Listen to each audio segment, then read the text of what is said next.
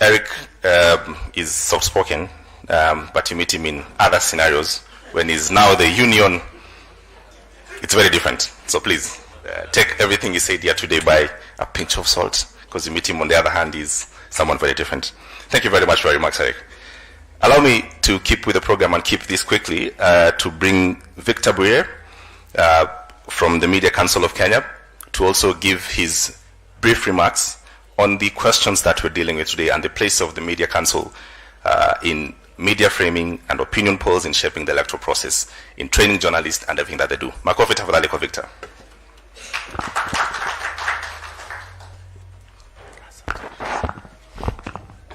Now, Chair of IEBC and your commissioners, colleagues present, editors, journalists, and our other stakeholders. One, on behalf of the CEO of Media Council of Kenya, who was here but he had an engagement and had to rush out, I want to apologize on his behalf. That one, a Media Council is not worried about elections preparedness by the journalists or the media. We are not worried. We have a very professional media. Actually, the comparison is only with Nigeria and South Africa. So you can see we have PhDs and professors in our newsrooms. So we are not worried about media.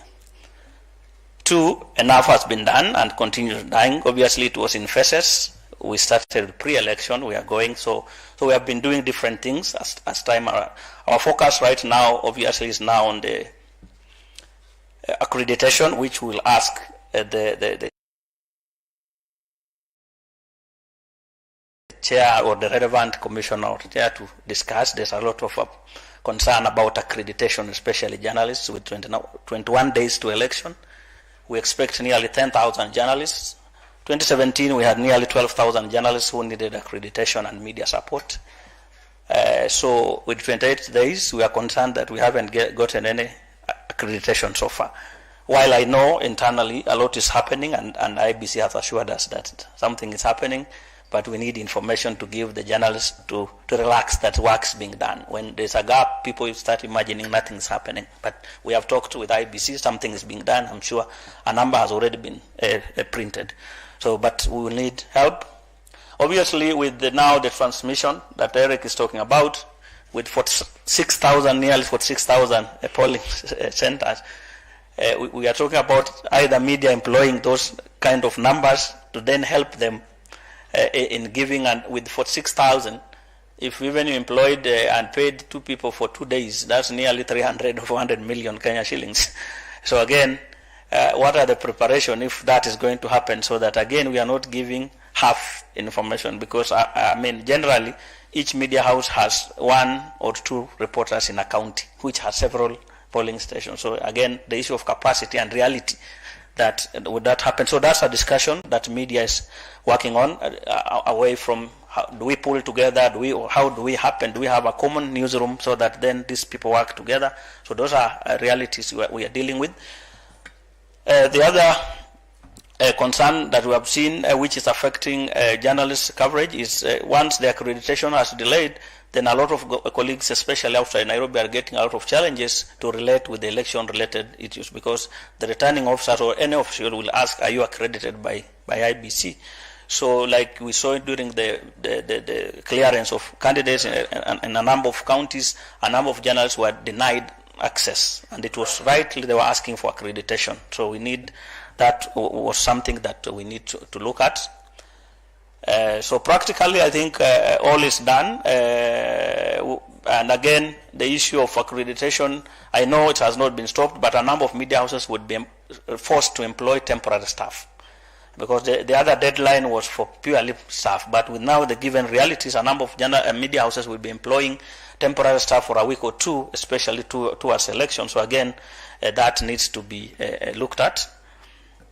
Away from that, obviously the opinion poll, again, and Tom, you are here, we are not worried about official scientific opinion polling. We are not worried. But we are worried about this instant opinion poll that asks, Victor is putting on a pink coat, do you agree or no? Those one we are worried because they are not scientific. Those instant, that are done by media, or individuals use social media and ask the popularity of whoever, those who are concerned. But their scientific opinion poll from the 5 or so companies that are registered, are member of the World Press Association of Pollsters, we are not worried because the other thing we are not worried about media framing, again, editorial discretion, and we have very qualified editors. They will deal. The law is there. The Boni Halwale Act, popularly called the Boni Halwale Act, is the political opinion poll of 2012, and it gives guidelines on how opinion polls must be done. There are always the 13 questions that must be answered by an opinion poll. So if a pollster does not meet the 13 questions, then that should be discarded and thrown to the dustbin. It's not worthy even an editor looking at. So that law is there, and it must be followed. There are no shortcuts. So if you are in the business of doing opinion poll, you must be guided by the World Association of Pollsters plus the Public Opinion Poll Act of 2012 in Kenya. And it's there in the election guidelines. There's a whole chapter on how opinion polls should be done. But the issue of how they are framed, we leave it to our editors. They are professionally qualified to do that. So, but it gives, I think, 7 days you can't do an opinion poll 7 days to an election. That is already provided for. So obviously they also still just have about 20 days to do them. So those are already provided in our law. The regulation, obviously, the issue of media bias or media coverage of anything, that again is a professional thing. If anybody asks you today, and I was talking with the Musumba just a few minutes ago, if how IEBC is covered, for example, by our media, away from whether positive or negative, but the space given to IEBC, given that an election is coming, and IEBC, the Electoral Management Board, it will get big coverage. Now, whether it's negative or positive, that's another now discussion. But IEBC will be in the media, whether you hate it, whether you like it, because of the event that is coming. Now, how you manage that, again, that now becomes, a lot of. But we want to request, again, the issue of proactive disclosure of information, Mr. Chairman. I think there are some things that can be delegated, especially on civic education, basic information, the frequently asked questions. More officers from the board can be given power to talk to, because a number of our colleagues, especially in the counties, want very basic information and preparation of elections. So sometimes when it's centralized in Nairobi, just like the corona news were, then it becomes very difficult for those guys. I know a number of you share information, especially in press release. Press release largely favors online and print. Radio and TV need face and a voice. So again, I believe that we can open up so that our colleagues, especially outside Nairobi, we have nearly 200 radio stations in Kenya today. We have 135 TV stations in Kenya today. We have nearly 100 publications in Kenya today. 18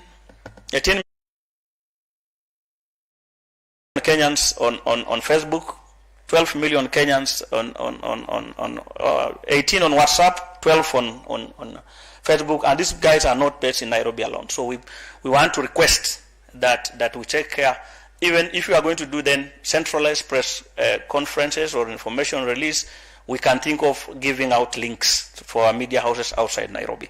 I think outside that, we are well prepared, and we are enjoying and looking forward towards election. I know it's a hard time being at IEBC right now. There's a lot of pressure, Marjan, but I think that's what you applied for. So, and the Commissioner and I will continue praying for you, but we don't expect anything less than a fair and credible, acceptable election, so that then we have a peaceful country. Thank you.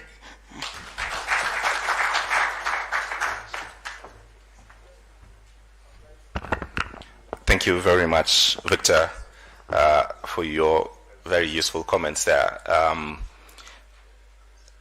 As Victor states, I'd asked earlier on how everyone is feeling, how's the chilly weather and the temperature. And when I got to the high table, the commissioners had asked, which weather?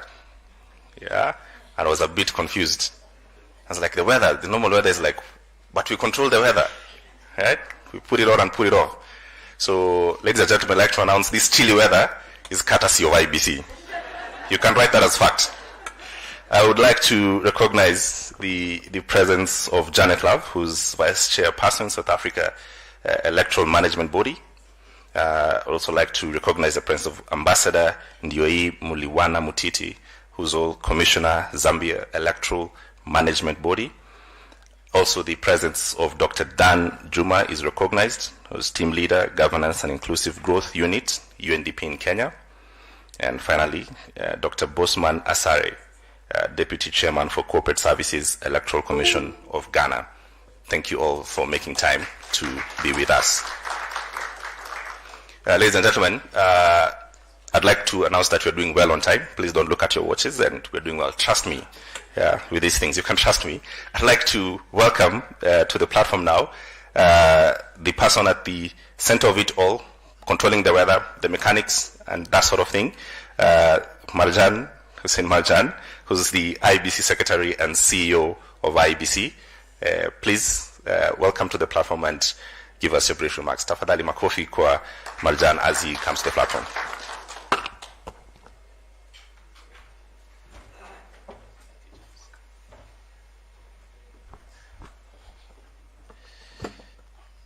Thank you very much, James. The weatherman is here. And you know, the weatherman normally uses protocols that have been established. So the chairman of IEBC, Mr. Afula Chebukati, the chairperson and members of various electoral management bodies present, South Africa, Zambia, and Ghana, the IEBC commissioners present, our development partners, I can see UNDP and Algeria, IEBC staff present, the Deputy CEO, operations, directors and managers present, the media fraternity present, distinguished guests, ladies and gentlemen, good morning. For the sake of time, I want to stick to the protocols, and I'm going to read my speech. So thank you very much. Let me take, first of all, this opportunity again also to welcome you all to this workshop or conference. In our midst today are electoral bodies, media practitioners, pollsters, and members of the donor community ready to engage in an informative discourse on issues surrounding media framing and opinion polls in priming the electoral process. The Commission recognizes that media plays a key role in the dissemination of information in real time. This information often spreads across various channels and platforms within the shortest time possible. As agenda setters, the media frames the news in perspective that lead to certain reactions from the public and policymakers. Thus, events are given a field of meaning within which they can better understood and elicit specific reactions from the intended population. In addition, the media may decide to package certain events to influence specific emotions and push for decision-making on critical matters by leaders. Similarly, opinion polls are increasingly becoming crucial in the election processes because they paint frameworks from which the electorates view election outcomes. For example, the prism of demographics used, ownership of polls firms, funding and sampling of respondents help in weaving important public debates from which democracy and accountability are nurtured. Moreover, the Commission acknowledges that political opinion polling is an integral part of the election process. In fact, opinion polling is central when it is conducted scientifically and objectively with a view to stimulate debates, particularly when the results are pushed or broadcast by the media. Ladies and gentlemen, the media and polls are conjoined twins. Opinion polls, on one hand, provide a great source of information for the media, hence create a forum for credible and accurate polling. The media, on the other hand, serves as the channel through which the reports of polls get to the general public. However, this ancient two-fold relationship, if not checked properly, can be the avenue for escalating political instability in the country. Indeed, opinion polls may pose a threat to democracy and cohesion if they thrive in misinformation of facts and distortion of news. It should be known to everyone that fake news spread very fast like wildfires. We all know wildfires can be destructive.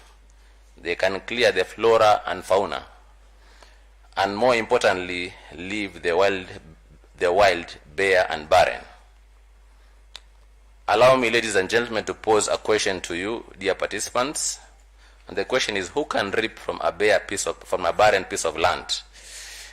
In fact, it takes a considerable amount of time to reclaim, and if in its worst state, to rehabilitate the land. Fake news can easily spark conflicts.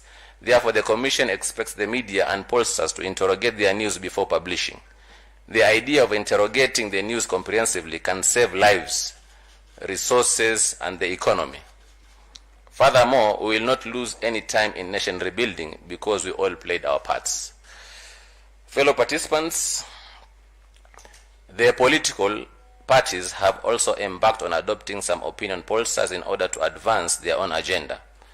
While this is debatable, the Commission expects both the media and opinion pollsters to be free, fair, and independent. It is against this backdrop that this forum is conceived. The forum is designed to create an avenue for us to discuss both merits and demerits of media and opinion polls in the election agenda setting. The Commission hopes that by the end of this engagement, everyone will have a better understanding and knowledge on the roles played by the media and opinion polls in the election agenda setting. We need to tangibly feel and see change of attitude, perception, and behavior in our reporting of election process, even as we instigate responsible practices. Ladies and gentlemen, as I conclude, the Commission is committed to working closely with the media and all relevant actors in the electoral process as we move Kenya towards a stronger democracy. Moving together builds public trust and strengthens public institutions. We therefore beseech you to be part of this movement. Thank you for choosing to come and attend this conference. Asanteni.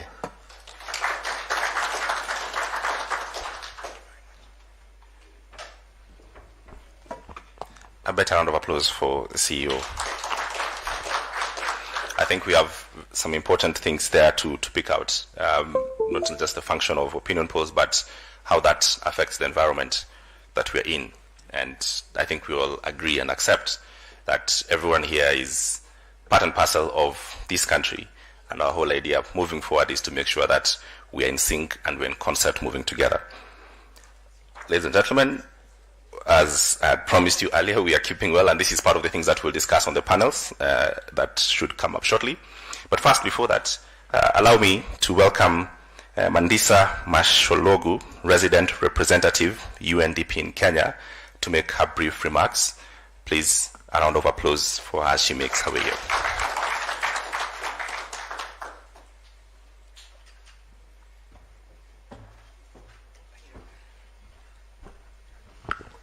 Good morning, everyone. IEBC Chairman, may I please take all protocols that have been observed earlier, but just a special mention to our South-South Cooperation guests from Ghana, South Africa, Zambia, and Zimbabwe. Let me begin by commending the IEBC for organizing this strategic discussion ahead of tomorrow's National Elections Conference. This intervention is testament to the Commission's commitment to promoting multi-stakeholder engagements and dialogue spaces that is key to its mandate of fostering collaborative and innovative approaches in the management of the general elections. To situate the substance of the discussions before us in content, across the world, electoral and related democratic governance processes are increasingly vulnerable to misinformation and disinformation at a time where social media and other digital channels distribute information at a great velocity across geographical, cultural, and social boundaries. And this is happening more than ever before. We also noted that the role of opinion polls in democracy consolidation has come under closer scrutiny to ensure that it's truly adding to the discourse and engagement in a positive and evidence-based manner. Ladies and gentlemen, as stated by our administrator, Achim Steiner, at our recent executive board meeting, one of the most persistent gaps in the world right now is in the response to crisis. Hence why UNDP is committed to crisis recovery that provides not just handouts, but a bridge to hope, dignity, and a true sense of security, peace, and inclusiveness. Recognizing the link to development, UNDP has deepened crisis prevention across its program portfolios. Globally, we have continued to support and help to make elections safer and more trustworthy. In 2021 alone, for instance, this has included over $42 million in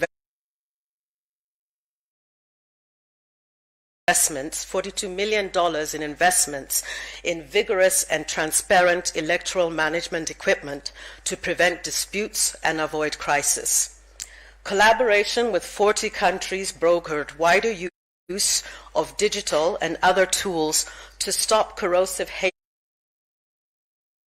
speech, including through the UNDP-developed I-Verify digital misinformation platform that was just launched in Kenya last week in collaboration with the Media Council of Kenya. In line with the SDGs, particularly SDG 5, 10, 16, and 17, which are the foundations of our electoral support and engagement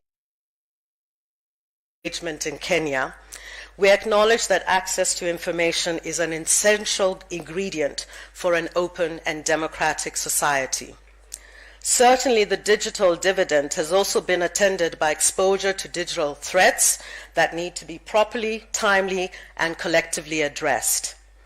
Through our Deepening Democracy program, we as UNDP, UN Women, OHCHR, have deliberately worked with journalists and the media, women leaders, the youth, civil society organizations, and respective national institutions to promote peaceful engagement, the prevention of hate speech, and positive and respectful messaging and campaigning to let peace win.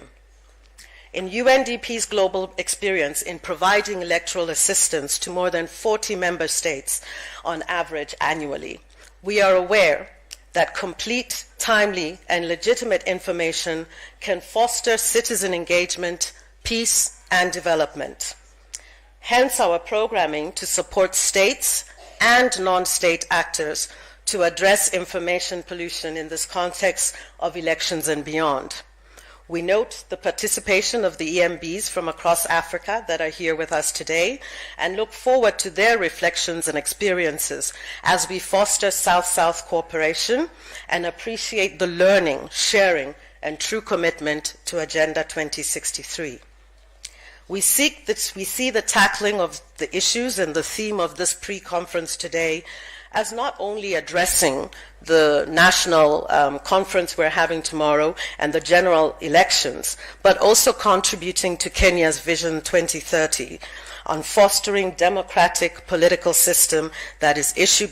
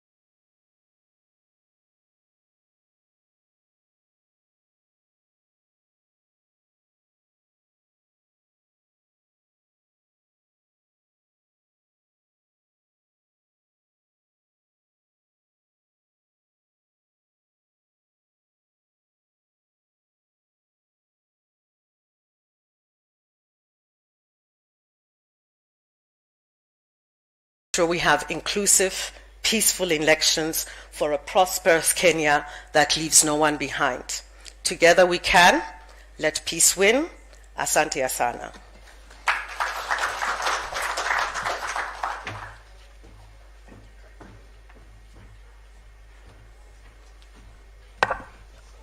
Thank you very much. We are moving on swiftly with our program. Again, trust me, with the time, we're doing very well. In fact, better than anyone would have imagined.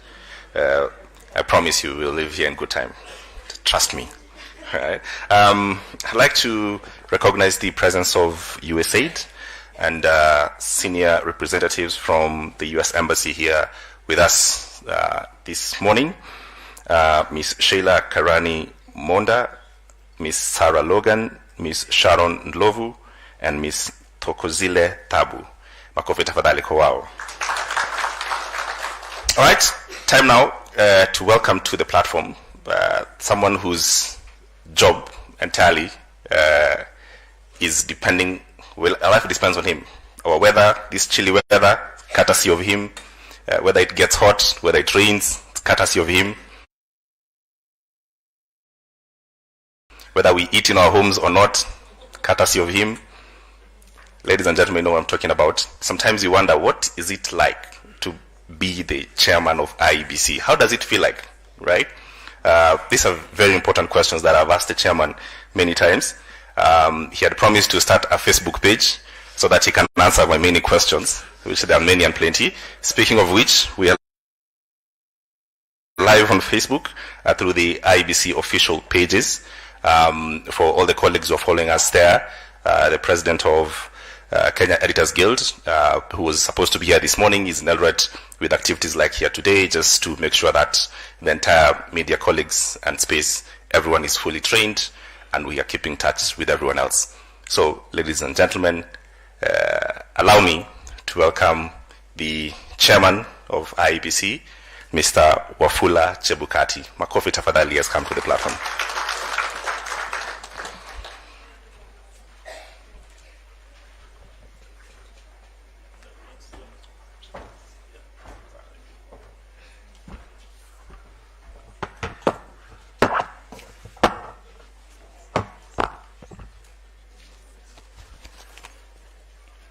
Good morning. I think James has scared you that the weather has a problem, but I want you to relax and feel very, very free. I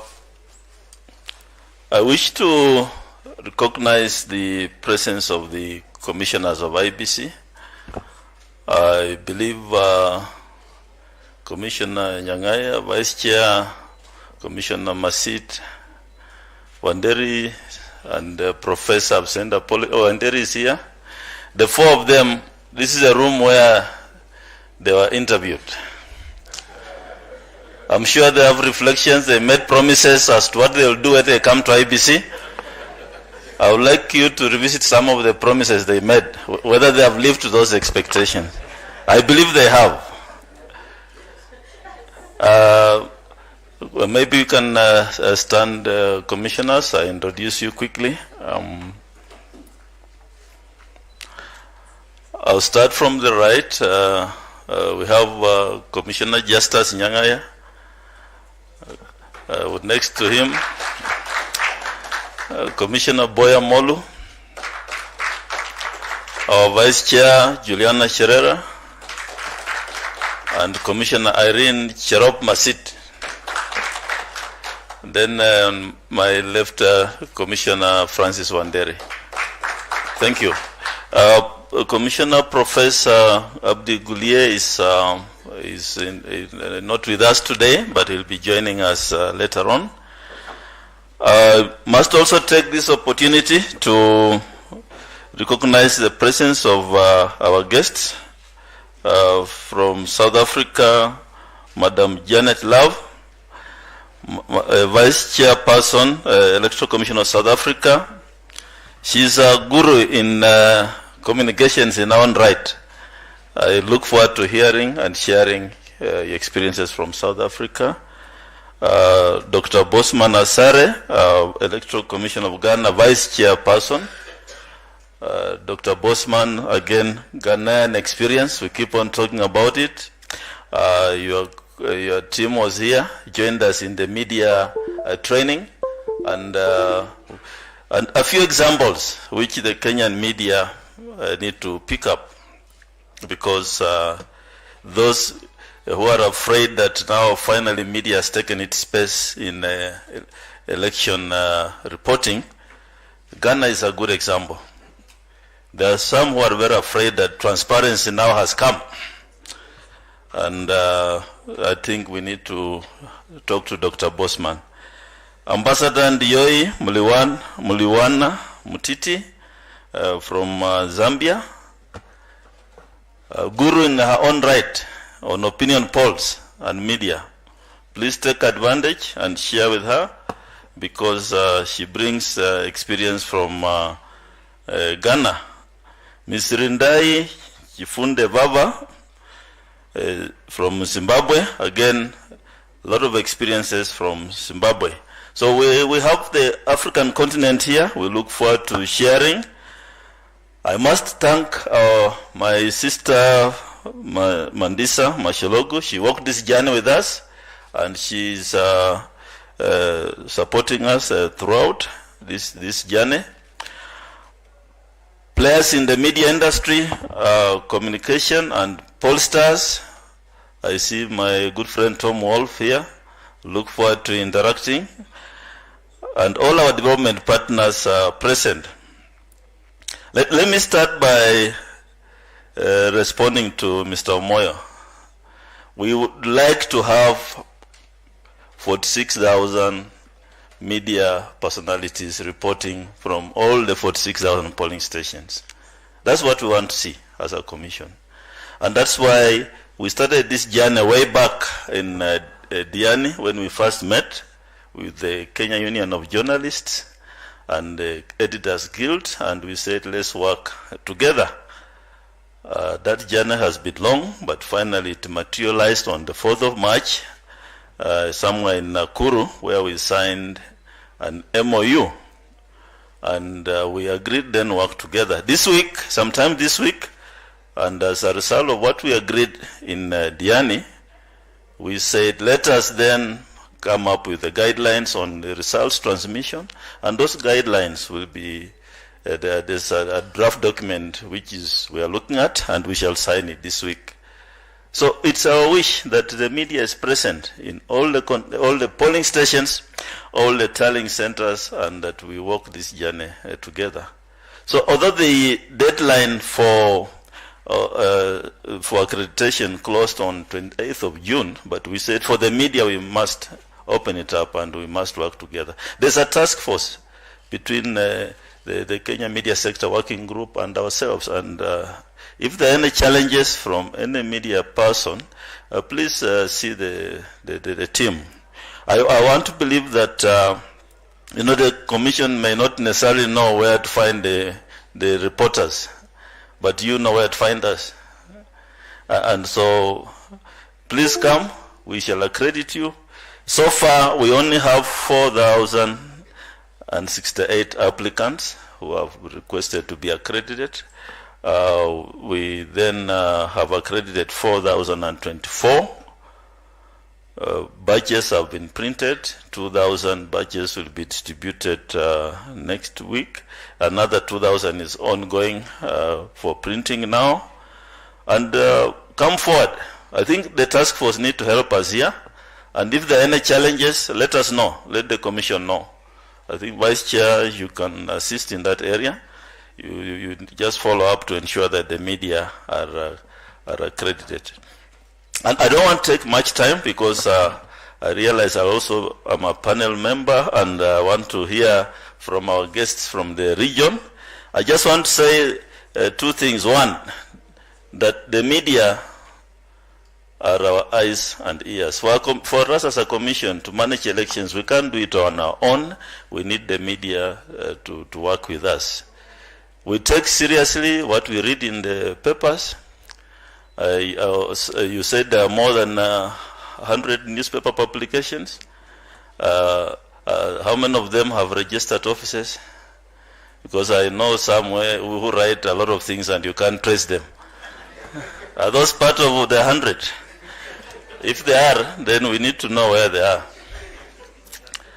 But let us be responsible. We take seriously, Kenyans take seriously what you write.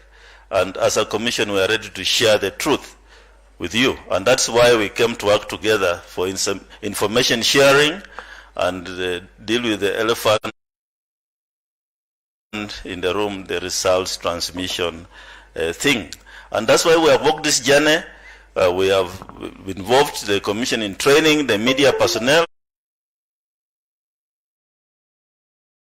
And thanks to development partners again who have made it possible.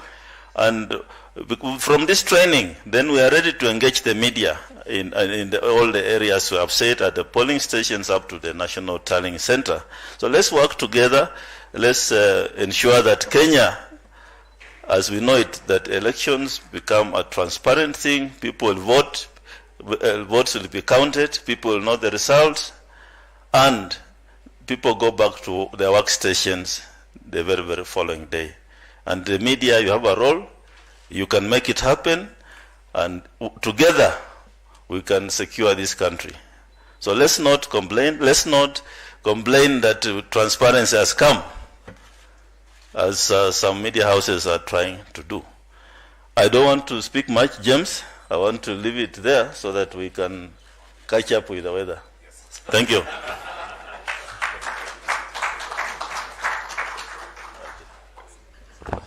A better round of applause for Chairman,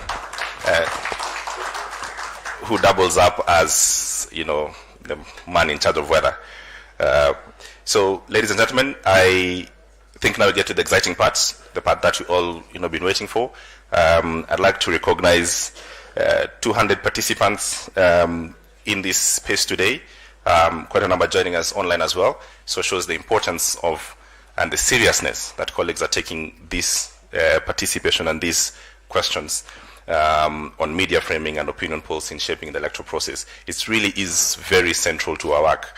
And I'm glad personally that colleagues across and everywhere else think the same. So on to our first panel, allow me to introduce the topic that the first panel will be dealing with. And that will be the electoral management body's experiences on the effects and impact of media and opinion polls during this election. Allow me to welcome to join the chairman, Janet Love, who's vice chairperson, South Africa, EMB.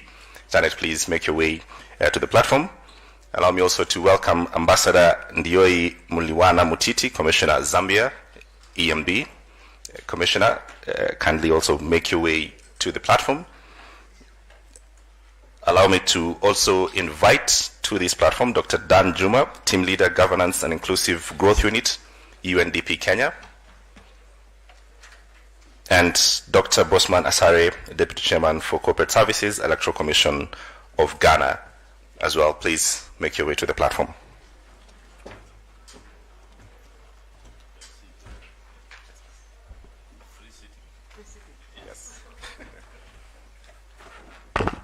All right, as they make their way, please, the session moderator is none other than Felix Odhiambo, who's board secretary and executive director, LG. Tafadhali, makofi tafadhali for Felix as he makes his way here. I would like to encourage that we be open, participate. We'll have a lot of time. Again, trust me on time. We have a lot of time. If I can keep all your watches in the room, I'll be very happy. Tafadhali, let's welcome Felix to lead us in this next session. Makofi tafadhali.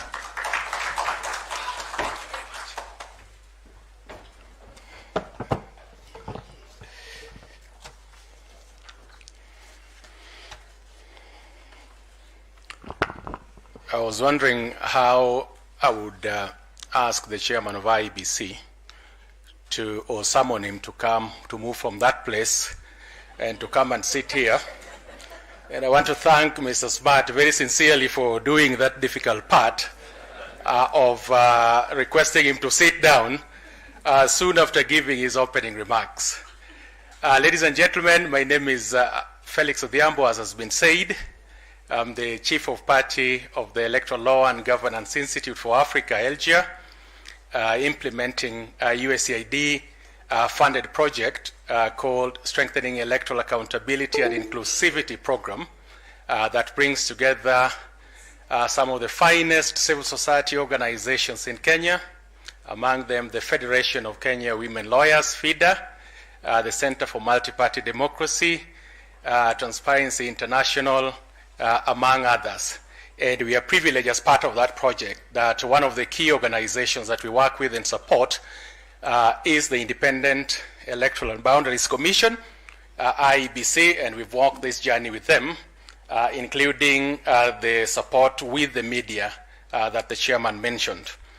I think the protocol has been established. I recognize IEBC commissioners, the chair, and also the visiting electoral commissions from different parts of the continent. The context and the preliminary of this session has been established, especially during the introductory remarks. And this session is intended to hear the comparative best practices. And I'm happy to inform you that represented here, and somebody working for an organization that works around Africa, we have some of the best and the finest electoral commissions in Africa represented here. Our own IEBC, and as was said, the entire country is looking upon IEBC to procure a credible process in 2022, and I'm sure all the stakeholders represented here share in that commitment and have pledged their support to assist the Electoral Commission. Ladies and gentlemen, we have the Electoral Commission of South Africa. The Independent Electoral Commission of South Africa, IEC actually, that is the proper name for it. One of the electoral commissions in the continent that has actually given this continent a lot of pride. And the Electoral Commission of Ghana is represented here with none other than the National Vice Chairperson. And you remember the chairman said that we invited the Ghanaian Electoral Commission during the Diani conference with the media, as well as the Joy News of Ghana, that shared also comparatively some of the best practices with Ghana. We have the Electoral Commission of Zambia. For those of you who remember the last election in Zambia, we are indeed very proud of the work that the Electoral Commission of Zambia did in procuring the credibility of the last election in Zambia that was generally recognized and accepted by all. And of course, we have our own Dan Juma from IEBC. So ladies, without wasting any more time, as you can see in the program, UNDP, I say Dan Juma. Dan Juma is from UNDP. Our own Dan Juma. Didn't I say that? Is our own Dan Juma of UNDP. But Dan Juma, we recognize you. Allow me just to say, as I've indicated, this is a session that is intended to look at the comparative best practices, the experiences that the electoral commissions around the region have had with respect to the interaction with the media, as well as the whole question of opinion polling that consistently is one of the issues that have been predominated the political landscape, not just in Kenya, not just in Africa, but around the world. We will be able then to realize, or to be told, and to learn from the electoral management bodies represented here, how they've been able to meaningfully and constructively engage with the media in this crucial question of media and opinion polling in the electoral process. So without wasting any more time, and of course we will reserve time for question and answers during the plenary, and consulting in trying to save also on time, we have agreed upon ourselves that we will allocate 40 minutes for this session. We wanted to give it 1 hour, but you realize that we are starting a bit late.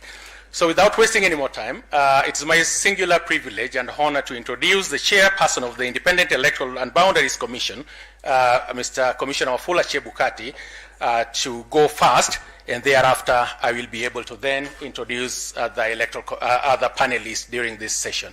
Ladies and gentlemen, let's give a round of applause as the chairman is. I don't know. I don't know, the Chair, whether you want to take it from there or whether I should extend that power of summoning you. Sorry?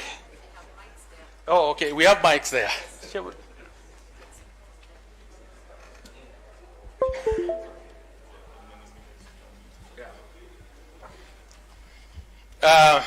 I said we will try to, let's make it 5-5, but we'll consider extending based on the level and the depth of presentations. Thank you, Felix. Is it loud enough? Thank you, Felix, for that introduction. Today, what we're talking about is media framing and opinion polls in shaping the electoral process. The role actually of the media in shaping the electoral process in Kenya, and I believe worldwide, the media has a very big role in shaping elections. The media has a choice to make. Either they can sit and criticize the electoral process and the electoral commission and write negative stories about the commission, or they can work with the commission and get information and also participate in assisting the commission to grow. That's a choice the media can make. And as a result of that, I think that's why we have a network in Kenya with the Kenya Media Sector Working Group. Remember 2017 and previous years, there was a lot of, the situation was such that the media was not allowed the freedom to report results. And I think that was deliberate from a certain section of the executive class of the country. However, this time as a commission, recognizing our independence, we recognize that the Constitution gives us that independence, that we are not answerable to any individual authority. We said we must work with the media. You'll have live reporting of all the events around the elections. You'll have live reporting of the results once they're announced by the commission at the polling station and also at the tallying center. And that's a decision we made as a commission. Whether anybody likes it or not, that is their problem. But going forward, as a country, we must be transparent. We must ensure that Kenyans get what they deserve, and we believe the media is a partner, is actually a major partner in ensuring that the process of election is transparent. Media, you are a watchdog to the people trust you, and especially in elections, they would want to hear what you are saying. I also want to turn to the opinion polls, pollsters. We take you seriously, especially the scientific research you do. And as a commission, we read what you project in the opinion polls, especially as it relates to the commission. It helps us also to improve our systems and processes. So going forward as a commission, we're doing the best we can. Commissioners have been in and out of TV stations. Mr. Moyo, they're trying their level best. In the counties, the 47 county election managers are involved in the networking with the local communities and ensuring that the information flow goes on. At the very, very basic level, at the ward level, we have 2 vote educators per ward, and a lot of civic education and vote education is being carried out. It's just that being that commission, which relies entirely on the national treasury for the budget, we actually got funded this financial year only. The last couple of years, 3 years, there was no funding to help us move the civic education forward. But this election year, we shall do what we can, and we are trying our best, and we shall continue. We are open for sharing information through the Kenya Media Sector Working Group, and we shall, in the next 29 days, be very, very available. Once we're done with the procurement and other things, our focus mainly will be talking to Kenyans, media houses, and ensuring that everybody then is up to speed. So I look forward to hearing from experiences from the continent. Let me not go beyond there. Thank you. A round of applause, ladies and gentlemen. Thank you very much, Chairman, especially for the commitment or confirming that the media will be involved in the results management framework as our strategy of enhancing accountability and transparency in the electoral process. Ladies and gentlemen, allow me to introduce Madam Janet Love, Vice Chairperson of the South African Independent Electoral Commission. Thank you. Thank you very much, and I just want to appreciate the opportunity to greet all of you and to be here. So thank you very much to the IEBC, and greetings to my fellow commissioners, both from Kenya as well as from other parts of our continent. There are a couple of things just to give some feedback on in terms of what happened in South Africa and what happens generally that I wanted to convey, but then just to end with a few key points that I think we all need to think about when we are considering the impact of the media and how the media can shape a democratic process, which is what I think we all strive to see in our different countries. So within South Africa, I think that the cooperation that has existed between the Electoral Commission and the media, the electronic media, the print media, and the media as a whole has been something that has been building over the years and over each election. I think in addition to that, and I think that's a very important point to raise, is that for all of us, and I can see in terms of this particular gathering that has been put together by the IEBC and the working group, that when we think about the media, we are not thinking about the media only in its relationship to the electoral management body, but we are thinking about the media in relation to civil society and to the society at large.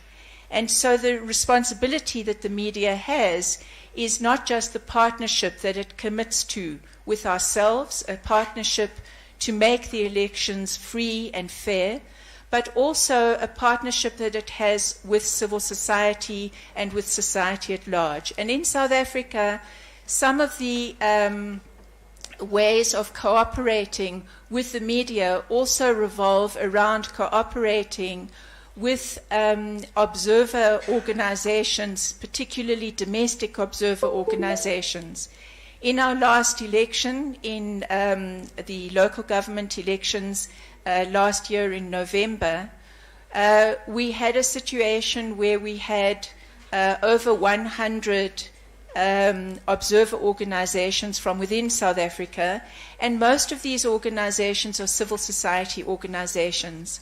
And I think it is not without reason that our continental best practice stipulates that for purposes of information and transparency, it's important that the media interacts with independent observer organizations, and the electoral management body needs to make this happen. And I think within South Africa, we seek to do that. I think we can improve a lot, but I think that that's a very important part of our partnership.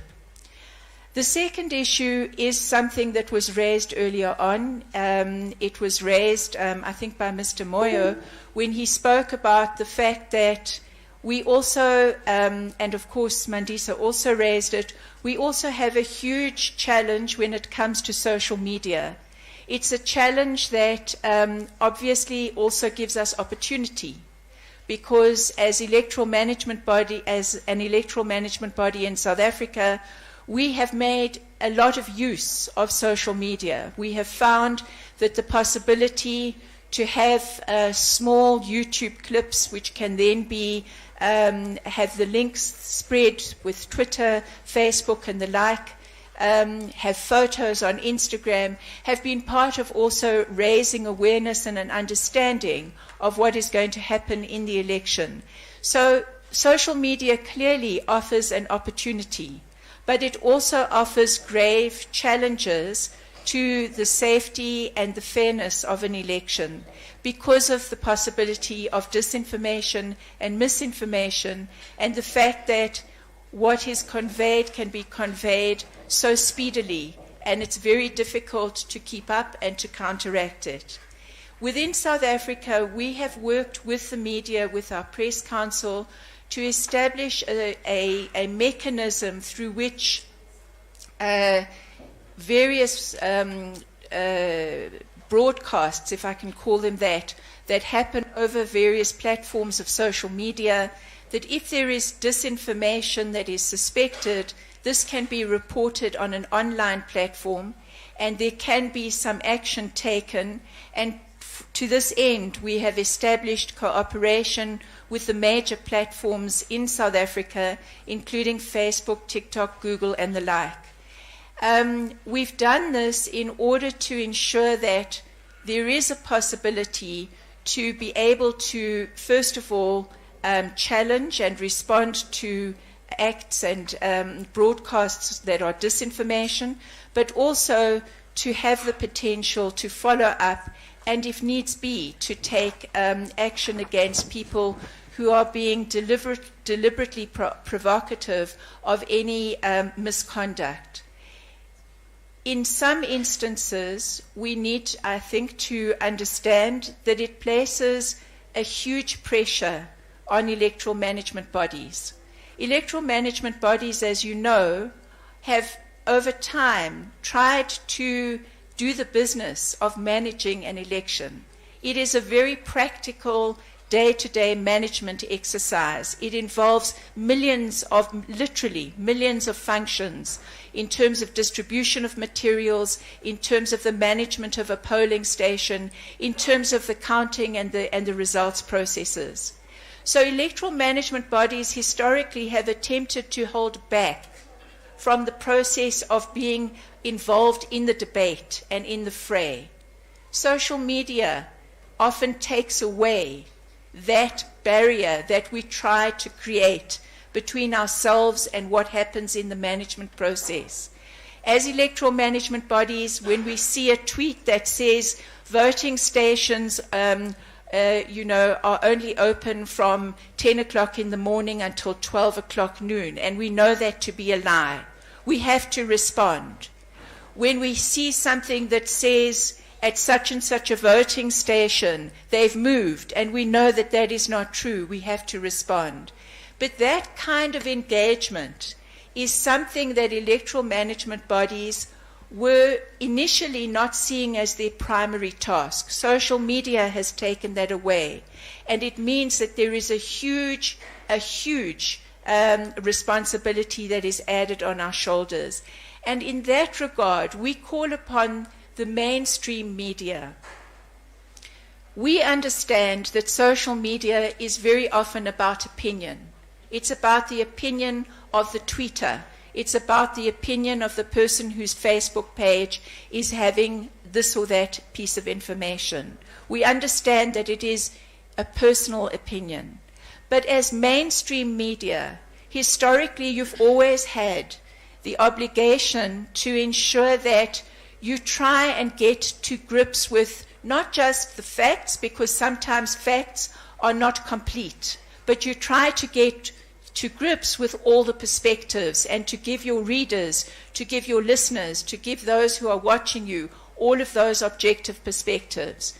We say to you that when you pick up things from social media, please remember to do the same thing, because that, I think, will help us as a region, as a continent, in your country, in my country, South Africa. That is what helps us to make sure that we enable social media to do the good things that it can do, but not to do the bad things. The two other points that I just wanted to raise is the fact that it's not surprising that when we talk about elections, the media, and it was said earlier, immediately an election comes into shape, into focus. It's the electoral management body that becomes the story. that becomes the focus. That's understandable, because we know that we have an obligation to do the best by our countries, to do the best by our people to run free and fair elections. So we want you to be our partners. We want you to keep us on our toes.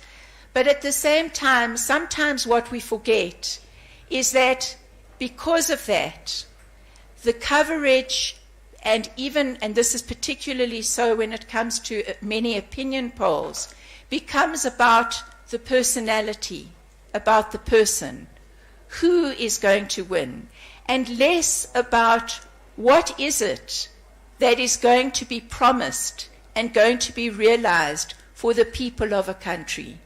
And so the debate becomes, the opinion poll becomes who's going to win, not is what is the best solution. And I think that that's something, again, that we need to begin to think about, how we bring back into focus.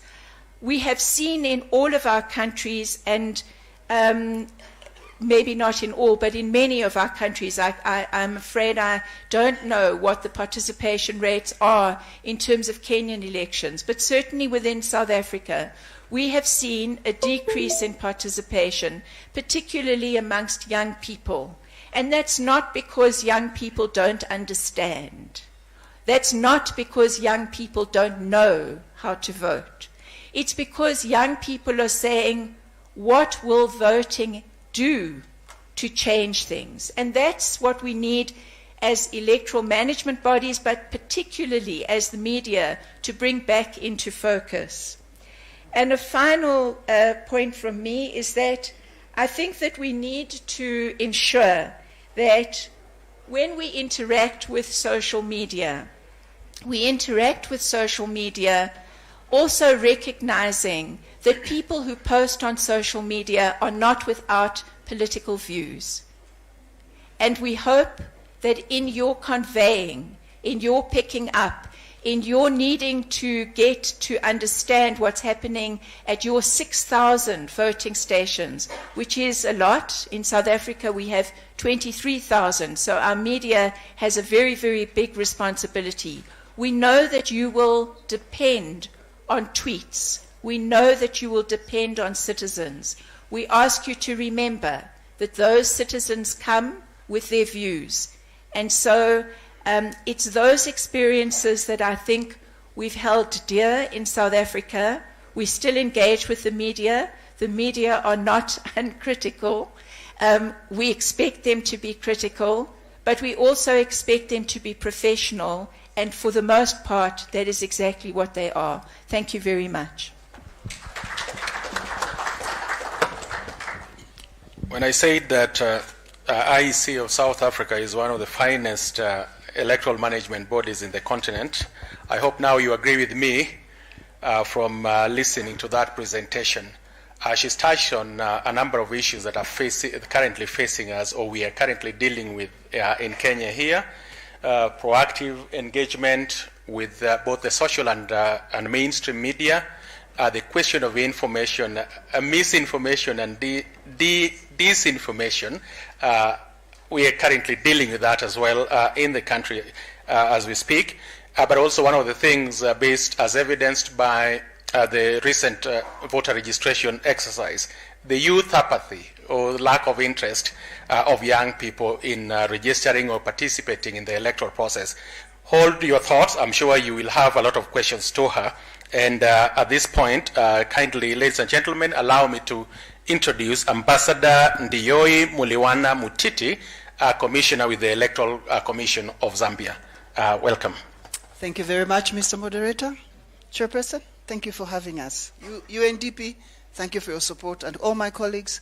It's a pleasure to be here and to be able to share experiences, because at the end of the day, all of us want to see proper governance systems in our respective countries. And that's why we as EMBs are committed totally and completely into ensuring that the electoral process is managed effectively, efficiently, and meets all the aspirations of our people. That's what we are here for. There was a joke earlier about this is the job you You applied for something like that? Yes, we did, because we want to see something really good happen in our respective countries, and that's why we want to share experiences. Zambia has just come out of a major election, presidential, parliamentary, and local government in August 2021. And like all of you, the media are one of our major stakeholders. I'm saying they are, because though the elections are over, they are still partners, because there are still issues that are still arising. The reason why we call them partners is because it is not possible for us as a commission to reach every corner of this nation, Kenya or Zambia or whatever country that is, without us partnering with the media. The commission is not found at every place in the country, but the media is. We understand that historically, traditionally, we've had the mainstream media, which is government-owned, but now we have on board social media, and we have reached a stage where coverage is countrywide. So people are better informed than our predecessors who were managing elections several years ago, which means the challenges we are experiencing are totally different. I want from the onset to tell you, I know you already know, that one of the challenges Zambia experienced in 2021 is that we're holding our elections in the middle of the pandemic COVID. So it was not business as usual. Our Ministry of Health, at some point when we reached the peak of COVID in Zambia was the third wave, and that coincided with our elections. Our constitution is very clear. The date is in the constitution. So there was no question of saying, let's postpone. You can't postpone. There was no parliament. It was dissolved. There's nobody to change a constitution. And you know, the process of changing a constitution is very long. So we had no choice but to hold the elections in the middle of the COVID pandemic. So there are administrative challenges, there are legal challenges, and there are also management challenges. But those are the things that we had to grapple with as Zambia. So one of the ways in which we managed this was to use our partners. For a start, our Ministry of Health came up with guidelines that stipulated that there were no more public events that were allowed. Traditionally, our campaigning was through public events. So what was the commission to do? So we banned public events. Of course, that didn't sit down well with everybody, because others thought we were doing it to support the government of the day, because they, according to what was being said, quote unquote, had access to public media. But then we engaged the media. Before that, we had engagements with the media where we were able to share with them the challenges that we were experiencing and asking them to be our partners to help in disseminating what was required, what could be done, and what could not be done. We also engaged civil society, we also engaged political parties and told them their alternatives. And the alternatives were the media and social media. There are a lot of public radio stations and television stations in Zambia, and we engaged each and every one of them so that they could be a platform through which campaigns could be carried out. So we saw a process where now campaigns shifted from those massive gatherings of yesteryear. At the beginning, of course, there were still massive gatherings, but we banned them midstream. But now we shifted to electronic media. We shifted to social media. We shifted to, exchanges, door-to-door campaigns were allowed. That could take place. That could not have happened if the media was not there and the media did not understand what their role was. The positive of it all was that people were actually better informed than if they maintained their focus on the mainstream media. We understood that our people were eager for information and they were able to access it. That was one of the positives. And it was also a positive in that we could engage them. We could talk, though what happened when they are on their own is another matter. We got both positives and we got both negatives. One of the major challenges we had was that we really didn't have much control over the social media. And because we didn't, there was positive information that came forth. There was also negative information. There were times when people posted things which were actually, for lack of a better word, hate speech. And that is contrary to our electoral code of conduct.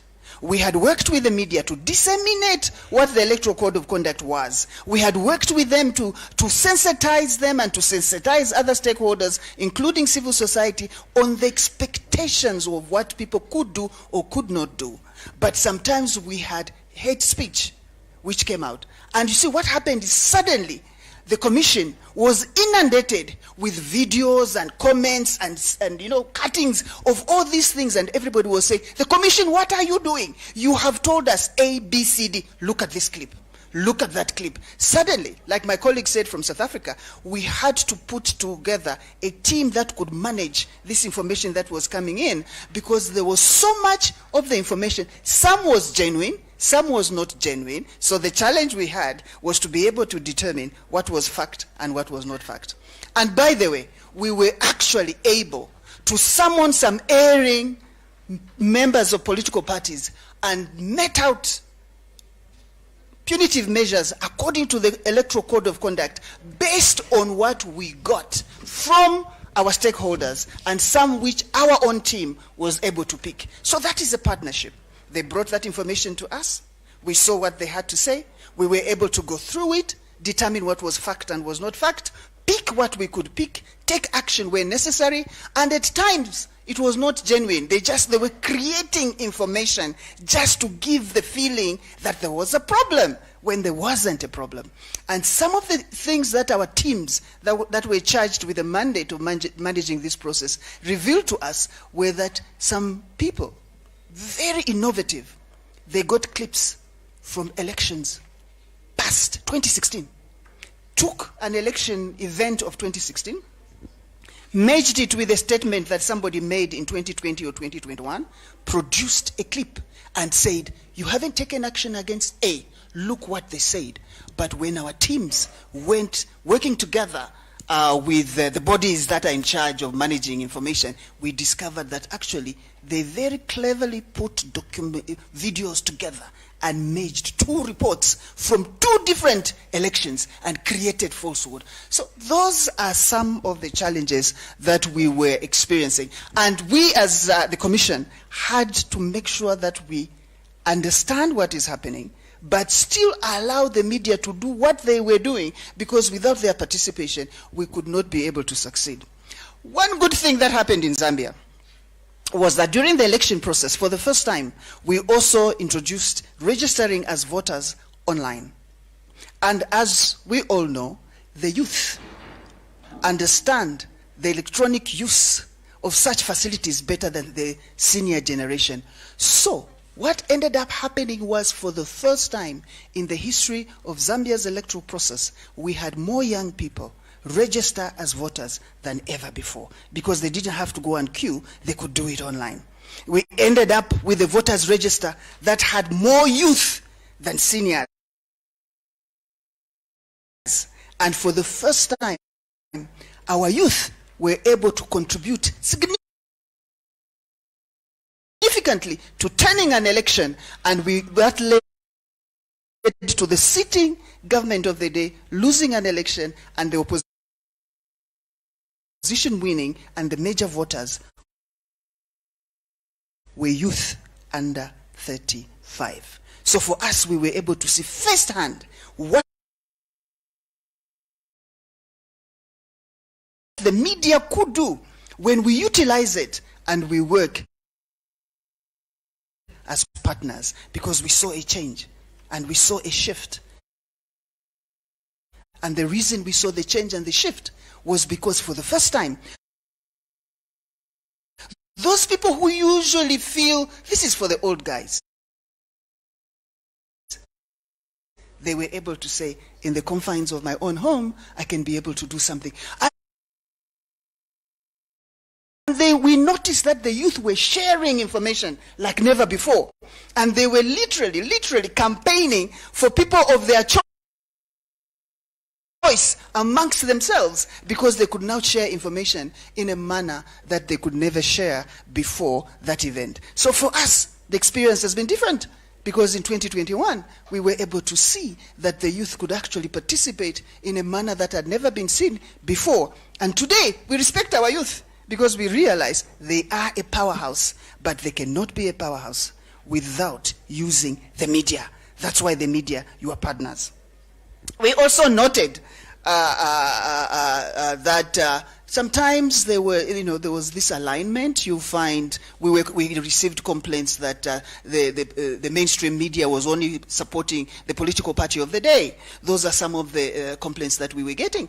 But the commission, the Electoral Commission of Zambia, signed a memorandum of understanding with the full stream media that we would sponsor programs on full stream media for any political party. So we made sure any political party that was willing, we would invite them, and sponsored by us, the commission, they could actually go on on public media and be able to campaign in as often as they could, depending on our budget, of course. We do realize with the restrictions on the budget, there was a limit to what we could do. And then we also realized that there was a division. There were some public television stations and radio stations which supported one party over the other. That's where sometimes we had challenges, because if one station supports one political party, you find that they're reporting the people they bring to discuss several issues that are done, they lean towards the political party that they are supporting. That, again, was a challenge. But we were also grateful that there were some properly independent private media station and newspapers which could actually get information from a cross-cutting section of the political parties and be able to engage them, get their views, find out what the issues of concern are, and actually discuss issues as opposed to discussing persons. Because in politics, you find that discussing personality sometimes takes center stage in the media. So that you find that focus is actually moved, is changed from discussing what these people will do for the electorate to discussing whether this person is nice, whether we like them, whether they've supported us. Those are some of the areas of concern. But we were grateful that there were other members of the media who were balanced and independent enough to hear from civil society, to hear from ordinary citizens, to hear from political parties, and be able, and to hear from us as a commission, because we are the ones charged with the mandate of managing this process, and they could come up with a well-informed decision on what was actually happening within the country. One of the other issues we found as challenging when it relates to the media was in results management. We created a system where each polling station, the results are announced at the end of the poll count, which meant political parties, civil society, observers, if they wanted, they could do parallel voter tabulation. They could, but the law is very clear. Only the commission has the mandate to report a result. We found that though that was an advantage in creating transparency, because if at this polling station the results are 10 for this person, 6 for the other person, that's exactly what it was, because everybody was there to observe. But when it came to them tallying nationally, we discovered that that didn't work that well. And that's why we had challenges where, before we as a commission had actually made the official announcements, people had already began to announce X has won. X has won. There were suddenly so many winners of the election that it was not right. We had to tell them, excuse us, there is only one commission recognized by law, mandated to do this job, and that is what we are going to do. And anybody else who's going to falsely announce, we will actually take you to book, because there is a law that ensures that punitive action can be taken if such a thing is done. And that's what we told them. You risk being charged according to the law. Hold your horses. When we are ready, we announced, and we gave them a time period and said we will announce elections within 72 hours from the closure of the last polling station, and we told them we will adhere to our commitment. We will do everything possible to ensure that we do it, and as long as we are within that 72 hours, nobody is authorized to do it. So at the appropriate time, we were able to make the announcements. But that was the other challenge that we found. It was an advantage in transparency, but it was a disadvantage when people now began to manipulate through their parallel voter tabulation to create falsehoods. As I come to the close, I want to say opinion polls. We had opinion polls, the scientific ones. We had the opinion polls, which some people just wake up and there is an opinion poll. This one has won, that one has not won. It's such a murky area that it's better for us to remain focused on what is correct and what we are doing to be right. All we can do is appeal to the media and those other individuals who like posting such things, that if you are going to get involved in opinion polls, ensure that they are scientific. But when one is supporting one political party and they want their political party to win at all costs, we've discovered that individuals who don't even belong to media houses will come up with their own polls.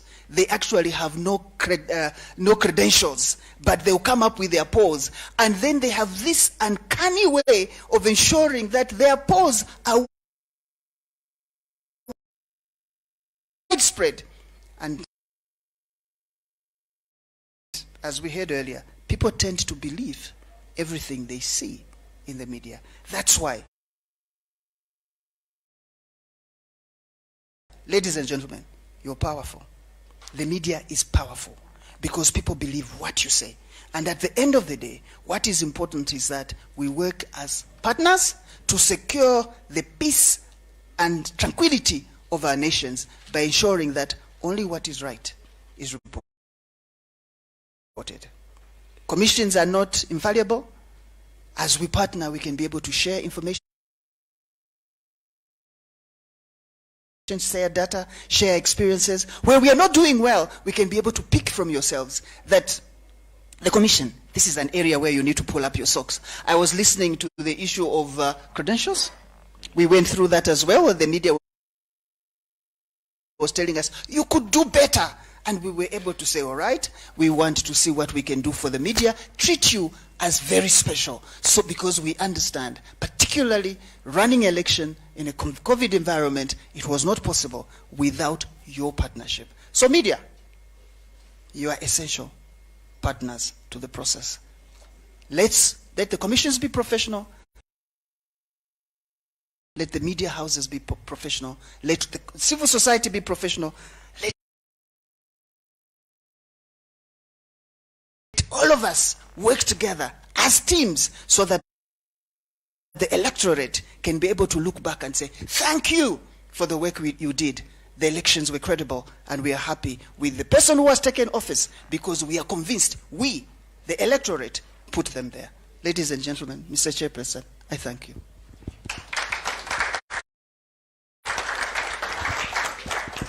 Wow, I forgot to even look at my watch to remind the commissioner of the time, and I looked at the direction of Justice Nyangai and the CEO and Commissioner Molu. I saw them intrigued, and Commissioner Masit and the Vice Chair were busy writing notes, so I think that has sunk. Zambia showed the world in 2021, as the Commissioner said, that it was possible to hold an election within the COVID pandemic. And at a time when most electoral commission or most governments in Africa were wondering whether to actually postpone the elections that were due or whether to hold them despite the COVID pandemic. And I think that is probably one of the most significant things during the Zambian election of 2021. But also, as what the commission has also partially shared is that the Electoral Commission of Zambia managed a very, very closely contested and fiercely contested election, that it became one of the very few that an incumbent president lost an election and the country did not go to the Supreme Court. I think the credibility and the legitimacy of that election also showed the world that it was possible to hold credible elections. I think for us, especially what we are considering as a country, as the chairman alluded to, the caution on results management and transmission system, especially by the media and also by the civil society organizations, that even if it's a means of enhancing transparency, and we do actually support it, that we need to really proceed with caution and ensure that whatever results that the media will announce are as objective and are as scientific as possible. So thank you very much, Madam Commissioner, for sharing that very intriguing perspective from the Zambian experience. I will, to maintain the logical flow, I will skip Dan Juma and to have him come last. And at this point, to introduce the Vice Chair of the Electoral Commission of Ghana, Dr. Bosman Asare, to also share the perspectives of Ghana. Ghana Electoral Commission, again, is one of the electoral commission that also presided over election that has routinely been accepted in the continent, and I think probably ranked up there as one of the best electoral commissions in Africa. And so we would be more than happy to hear the perspectives and experiences from the Ghana Electoral Commission in their interaction with the media. Welcome, sir. Thank you, Mr. Odiambo. I thought my name was last on the list, so I was waiting for Dr. Danjuma to finish. So I was still putting my thoughts together. Nevertheless, since we've come to Kenya, we have come, so we have to get the job done. Again, let me say the media is a critical player in democratic development. Without the media, we can never go far. And everything we do, I think the media is very, very central. In Ghana, our Article 46 of our Constitution is very clear that in the performance of its functions, which is the Electoral Commission, is not under the control of any institution. So in other words, the EC has the independence to do the work. And right from the onset, the EC has come to the realization that to be able to achieve that independence and be able to practicalize it, you need other stakeholders to be on board.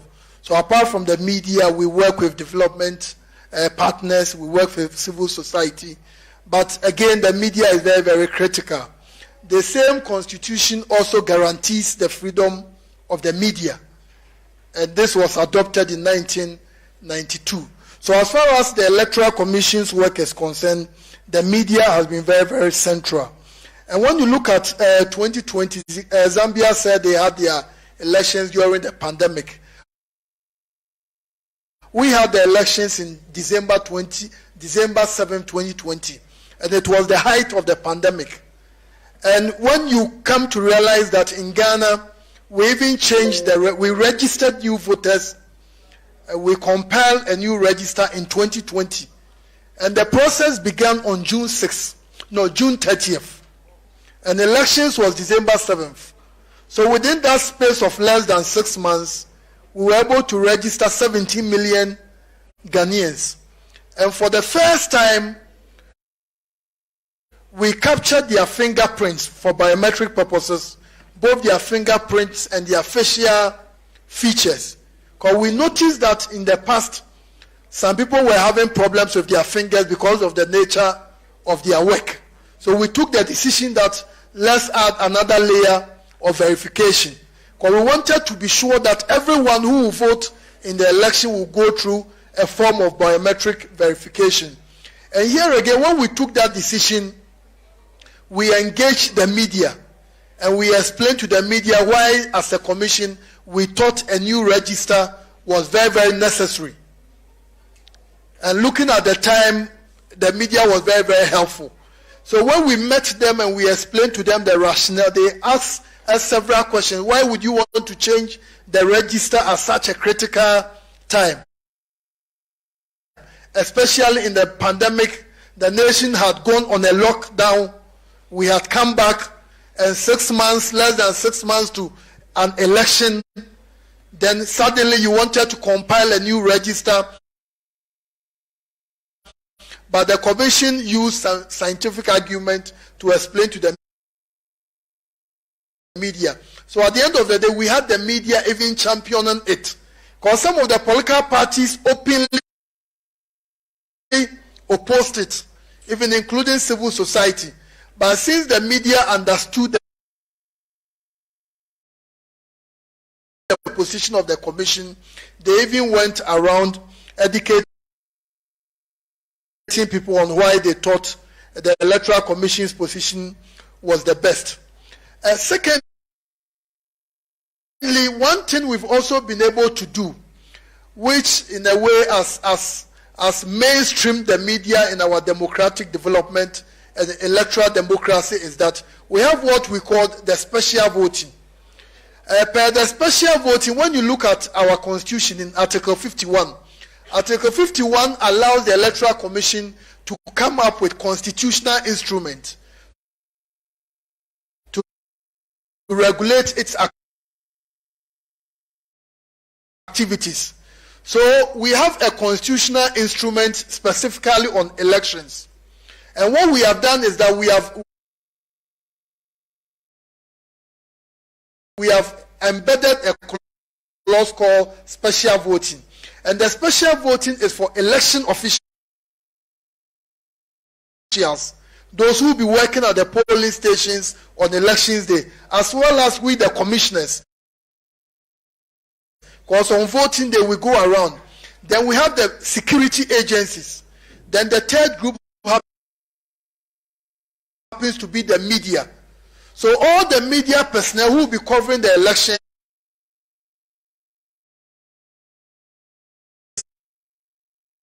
a week to the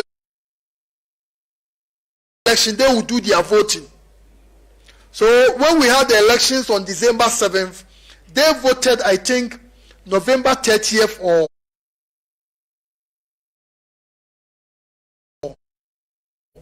I think they voted on Tuesday. The media,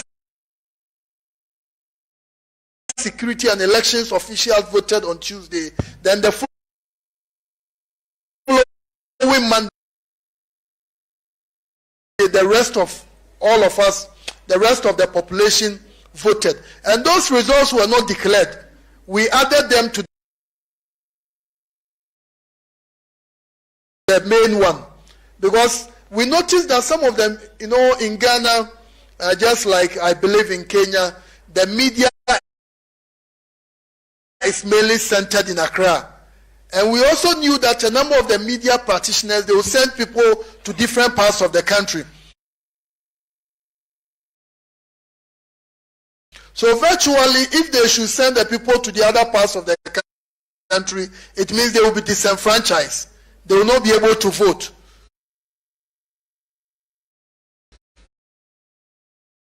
So with the special voting, we had about 110,000 or so people who took part in the special voting. So at the end of the day, we had about almost 89% of them showing up to vote. So they went around covering the elections and everything was very, very successful. Moreover, one area which is also very, very important has to do with accreditation. Before the 2020 elections, the media practitioners were paying for the accreditation. But in 2020, the commission took a decision that an institution which is very, very critical, which is very, very central to democratic advancement should not be paying for accreditation. So all those recognized media practitioners, media entities, we told them, bring your personnel and we gave them the accreditation to be able to cover the elections. Apart from that, the Commission was also regularly engaging the media. For the first time in our history, ahead of the 2020 elections, the Electoral Commission came out with a policy called Let the Citizen Know. And under the Let the Citizen Know, the chairperson, we have 7 commissioners. 3 of us are full-time. The chairperson, Mrs. Jane Mensah, and 2 deputies, myself and Mr. Samuel Tete. So we took it upon ourselves, and in some of the weeks, we will address the media on 3 occasions. So during the registration, we'll be giving them updates. Updates in terms of the number of women registered, the number of young people registered, people with disabilities in that manner. So when we did that, we were able to counter a lot of fake news, fake information going around. Because for the first time, regularly, commissioners themselves were out there engaging the people again on a regular basis. And this created a lot of ownership as far as the Ghanaian people were concerned. Because people were on their own able to know how many people were registered in this constituency, how many people were registered in this region, and we believed it really helped a lot. Then again, let me also say that when it comes to an issue like opinion polls, as an electoral commission, we don't really care about opinion polls. It's not part of the things we do. Although I trained as a political science, before going to the Electoral Commission, I was teaching at the University of Ghana Political Science. That's the job I've been doing until I got to the Electoral Commission. So in our scheme of things, opinion polls are not part. We believe that our job is that go ahead and do what the Constitution has mandated you to do. And in our Constitution, Article 45 specifies the functions of the Electoral Commission. But again, when you look at opinion polls, one thing which is very critical is that opinion polls tell you what the people would do if the voting was taking place at the time. And what that clearly means is that some people might change their mind.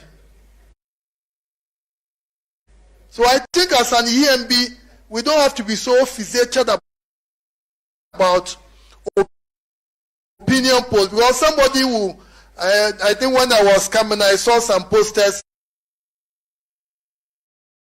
I think I saw one, was this Sakaja or Salaja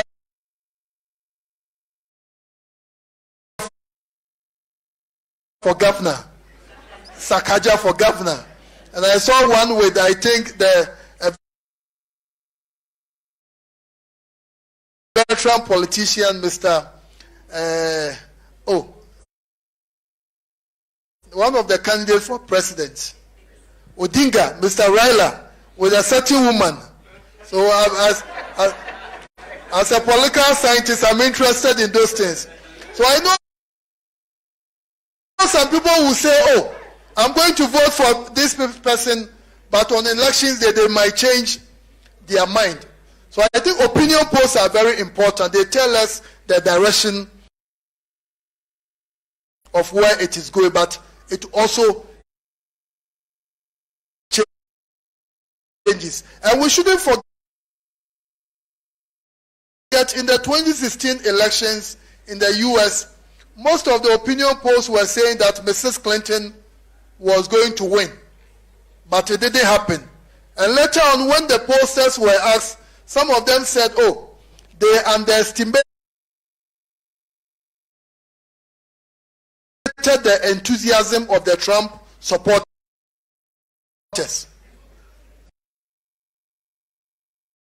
They underestimated the enthusiasm. In other words, what it means is that some people may want to vote for you, but they can't tell others to vote for you. But there are others who want to vote for you, and they may even encourage, spend money for others. So I think as an EMB, we've got to do what the law says we should do. And as long as we are doing that, irrespective of the outcome, we'll be able to accomplish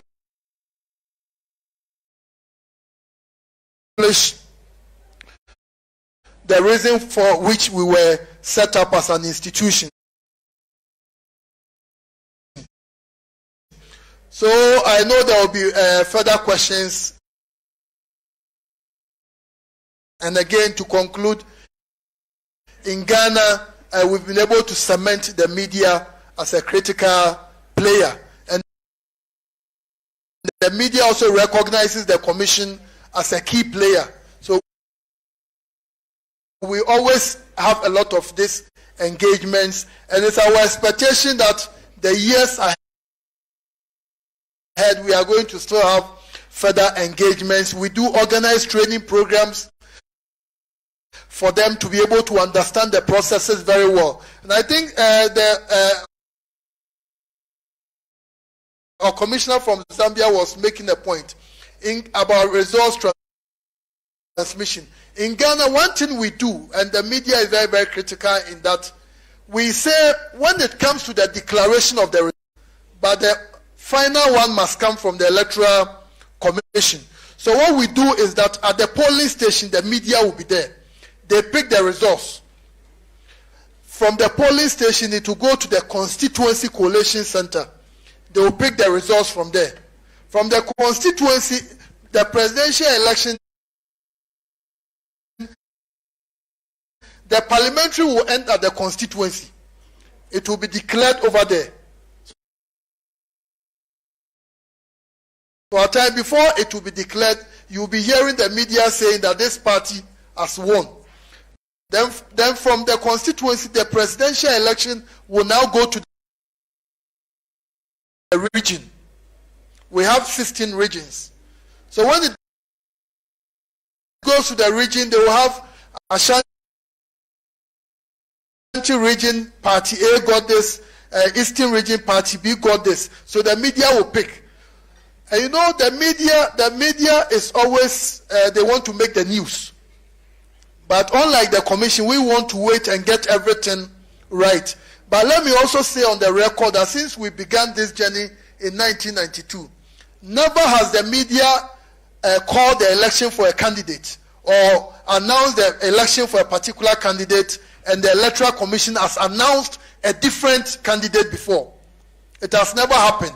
Because the reason is that the parallel tabulation, they get it, and know when they get it, before our people will even announce to us. Because when we get it from the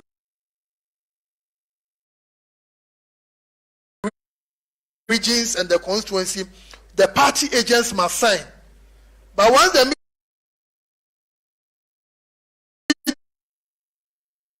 media knows the results, then they will send it. And as I said, since we began, the media has never announced a result which has been counted or something different has been given by the Electoral Commission before. So generally, when the media announce, people know that what the media is announcing is the correct version. But the political class and the media themselves, they know, in terms of the presidential election, the parliamentary election, is the chairperson of the Electoral Commission who is the returning officer of the presidential. When that person announces or declares, that's the final. And that is very, very important in our democracy. Thank you, Mr. MC. Thank you very much, Dr. Sare. As always, it's refreshing to hear about the experience of Ghana. I think your concluding remarks is what is worth emphasizing on. That from time immemorial, at least since 2000, the Electoral Commission of Ghana and the media organizations have forged a very strong working relationship that involves the media to have a role in the results management and results transmission. And consistently over that period of time, having then given them, the media, that space, the results declared by the Electoral Commission of Ghana and the results by the media has always tallied. And I think that is the takeaway, as we also learned during the retreat, the high-level consultative meeting between the Kenya Media Sector Working Group and IEBC on this very particular and important issue on the role of the media in results management. I'm sure also our Electoral Commission here would have wished the situation was the same, because we learned that in Ghana the Electoral Commission can draft regulations in the form of constitutional instruments, and after 21 days they are passed. Parliament doesn't have the luxury of sitting on them.